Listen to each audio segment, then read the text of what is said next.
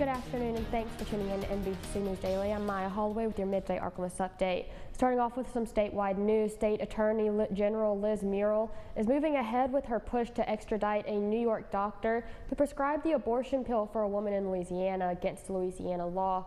The prescription resulted in a miscarriage for the teenager who took the pill, allegedly given to her by her mother. But New York Governor Kathy Hochul says she will not agree to the extradition. She is deciding which laws she will comply with and which laws she won't. And quite frankly, I don't think she has the legal authority to do it. Extradition is pretty straightforward. She should be checking the paperwork. That's it. And, you know, it's not her job to decide that she doesn't like the law of Louisiana, and therefore she's going to protect whoever is indicted in Louisiana under certain laws. You know, I don't think that's appropriate. Murrill says that if the New York governor continues to refuse to extradite the doctor, Murrill may sue the governor to make it happen. In a controversial form of execution in the state is sparking concern among one organization. The group Jews Against Gassing held a protest Monday morning. This comes after Governor Jeff Landry and Attorney General Liz Murrill's push to resume executions.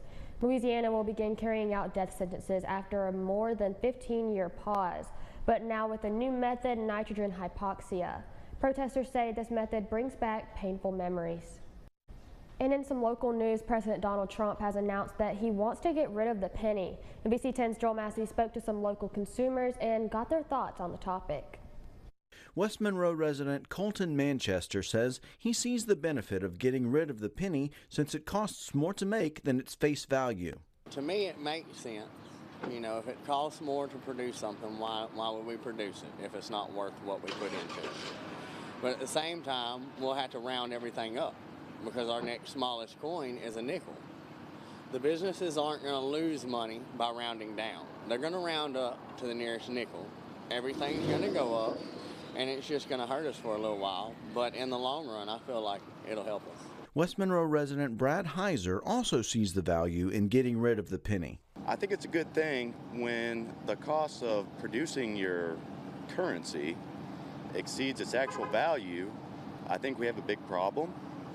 And I think pennies have kind of, if I'm being honest, become a little bit of a nuisance in your pocket. We tend to collect them and throw them in a drawer and do nothing. So I'd be a greater fan of rounding up, rounding down to a nickel, if in fact a nickel is equal value. Texas resident Christopher Thomas isn't ready to get rid of the penny just yet. I think we need the penny, of course, but you know, it's a good idea and it's a bad idea. I mean, yeah, it costs 3 cents to make the penny, so why not cut it out? And now, exclusive Storm Tracker Doppler weather with meteorologist Chase Ward.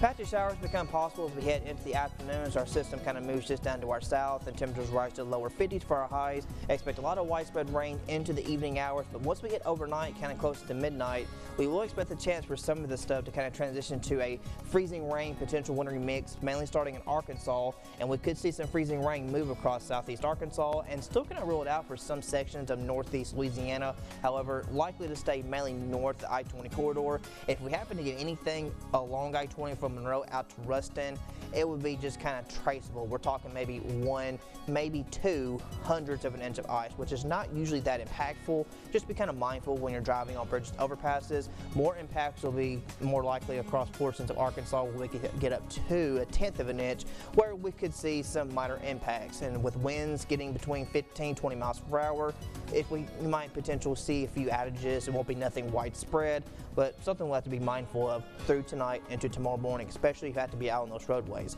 So today, a high of 53 degrees with widespread rainfall. Tonight, it'll transition to that freezing rain as here in Monroe, we fall to the upper 20s, but South Arkansas, they'll be in the lower 20s. This continues into the morning hours of tomorrow as we only reach into the mid-30s. So we're going to remain kind of just below that freezing mark for a good chunk, even the rest of the week, as we'll see teens from Friday through Saturday.